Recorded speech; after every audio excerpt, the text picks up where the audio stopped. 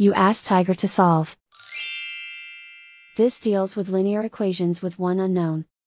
The final result is x equals 60. Let's solve it step by step.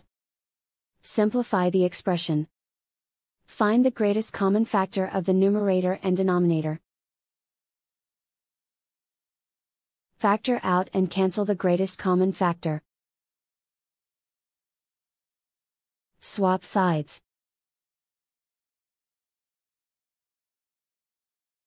Isolate the x. Multiply both sides by 100. Group like terms. Multiply the coefficients. Simplify the fraction. Multiply the fractions. Simplify the arithmetic. And so the final result is x equals 60.